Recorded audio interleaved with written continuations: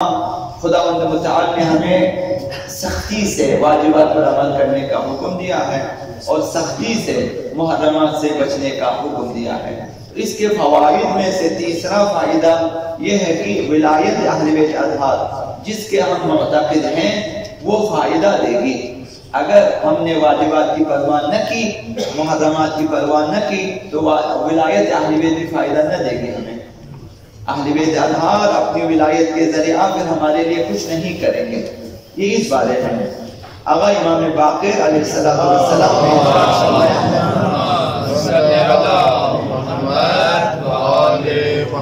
واللہ ما معنا من اللہ براء، قسم بخدا اللہ کی طرف سے ہمارے پاس کوئی ایسا آزادی کا پروانہ نہیں ہے کہ ہم جسے چاہے آزاد کریں، ہمارے پاس کوئی پروانہ نہیں ہے۔ وَلَا بَيْنَنَا وَبَيْنَ اللَّهِ قَرَابَةٌ، ہمارے اور اللہ کے درمیان کوئی رشتہ داری بھی نہیں ہے کہ رشتہ داری کی بنیاد پر ہم جسے چاہے آزاد کریں، چھڑا دیں، یہ ایسا بھی نہیں ہے۔ اور وَلَا لَنَا عَلَى اللَّهِ حُجَّةٌ، اور ہمارے پاس کوئی ایسا عذر، کوئی دلیل، کوئی حجت، برہان بھی نہیں ہے کہ ہم خدا کے سامنے پیش کریں، دلیلیں دے کر، برہان اور عذر پیش کر کے تمہیں آزاد کر سکیں۔ یہ تینوں ہمارے پاس نہیں ہے۔ وَلَا نَتَقَرَّبُ إِلَّا اللَّهِ وَلَا نَتَقَرَّبُ إِلَى اللَّهِ إِلَّا بِالطَّاعَةِ، ہم صرف اطاعت کے ذریعے اللہ کے قریب ہو چکے ہیں۔ ہم صرف بندگی کر کے، اطاعت کر کے، ان واجبات و محرمات پہ عمل کر کے ہم لوگ خدا متعال کے قریب جا چکے ہیں۔ بس اس کے بعد فرمایا مَنْ كَانَ مُطِيعًا لِلَّهِ تَنْفَعُهُ وِلَایَتُنَا، بس تم میں سے جو واجبات پہ عمل کرتا ہے، محرمات سے بچتا ہے، اطاعت کرتا ہے، اللہ کی ہماری ولایت اسے فائدہ دے گی۔ وَمَنْ كَانَ مِنْكُمْ عَاصِيًا لِلَّهِ لَمْ تَنْفَعْهُ وِلَایَتُنَا، تم میں سے جو بھی اللہ کا نافرمان ہوگا ہماری ولایت اسے فائدہ نہ دے گی۔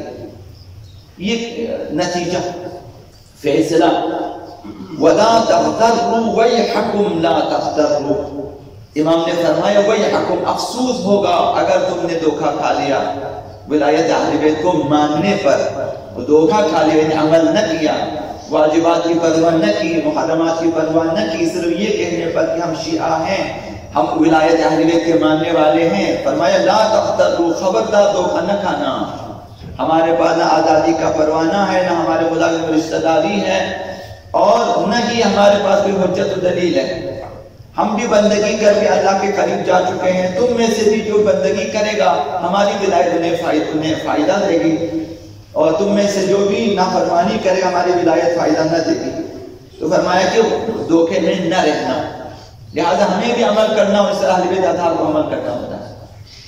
اگر صرف ولایت کے ماننے سے ہم آزاد ہو جاتے ہیں تو اہل بیت اطہار کو تو پھر وہ خود اولیاء ہیں، ان کے پاس ولایت انہیں کے پاس، پھر انہیں ایسا عبادت کرنی نہیں چاہیے تھی۔ جب وہ اس قدر عبادت کرتے تو ہمیں کس قدر عبادت کرنی چاہیے، اطاعت کرنی چاہیے، فرمان برداری۔ تو لہذا ولایت اہل بیت کس لیے ہے؟ ولایت اہل بیت ترک اطاعت کے لیے نہیں ہے، بلکہ اطاعتوں اور عبادتوں کی قبولیت کے لیے ہے۔ اگر ولایت ہے عبادتیں قبول ہیں، اگر ولایت اہل بیت نہیں عبادتیں بھی قبول نہیں ہے۔ یہ فیصلہ ہے مکتب اسلام میں، مکتب تشیع میں فیصلہ شدہ ہے، دن رات عبادت کریں، ولایت اہل بیت کا حصہ نہیں ہے، شامل نہیں ہے، پھر کچھ بھی قبول نہیں۔ تو لہذا زیارت جامعہ کبیرہ میں اب امام ہادی علیہ السلام نے ہمیں سکھایا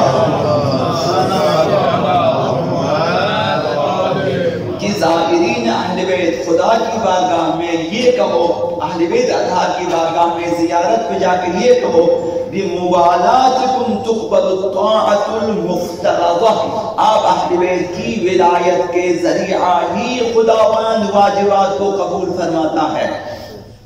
آپ کے دل میں ایمان ہے ولایت اہل بیت کے سلسلے میں، امیر المومنین سے لے کر امام زمان تک، پیغمبر اسلام سے لے کر امام زمان تک 14 معصومین کی ولایت ہے۔ آپ انہیں صاحبان اختیار مانتے ہیں، آپ انہیں اللہ کی طرف سے حاکم مانتے ہیں، معصوم مانتے ہیں، امام مانتے ہیں۔ پھر آپ نے اگر واجبات پہ عمل کیا تو واجبات قبول کریں، خدا متعال قبول فرمائے گا۔ آقا رسول خدا صلی اللہ علیہ وسلم نے فرمایا اسی سلسلے میں کہ ولایت کے ذریعہ ہی ہمارے اعمال، عبادتیں، واجبات قبول ہیں۔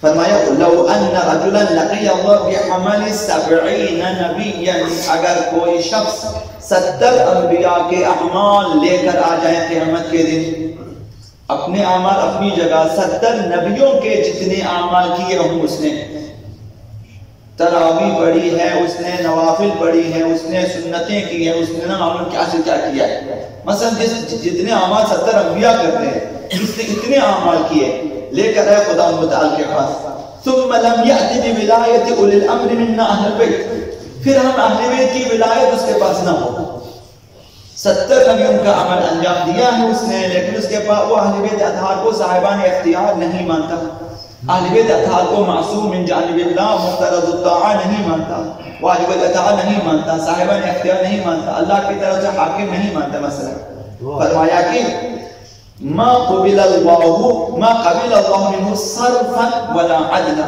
خدا متعال اس سے نہ کوئی کسی واجب کو قبول فرمائے گا، نہ کسی مستحب کو قبول فرمائے گا۔ ولایت اہل، تو ولایت اہل بیت شرط ہے صحت اعمال کے لیے، قبولیت اعمال کے لیے، نہ ان کی ترک اطاعت کریں ہم لوگ، کیونکہ ہم تو مثلا جو ہے اہل بیت اطہار کے ماننے والے، ہمیں عبادت کی کیا ضرورت ہے؟ آقا امام حسن علیہ السلام یہ جنت کے سردار ہیں، آقا امیر المومنین مثلا فلان ہے، یہ تو ان کی ہے، پھر ہمیں کیا ضرورت ہے؟ مثلا وہ تو ہمیں جیسے کہ ہم ان کی اولادیں کہ وراثتاً ہم جنت میں چلے جائیں گے، ایسا نہیں ہے۔ لہذا ولایت اہل بیت پر ایمان رکھنے پر مغرور ہو کر دھوکہ نہیں کھانا چاہیے، بلکہ اس کے ساتھ اطاعت لازم ہے، کم از کم واجبات پہ عمل کریں اور محرمات اور گناہوں سے پرہیز کریں۔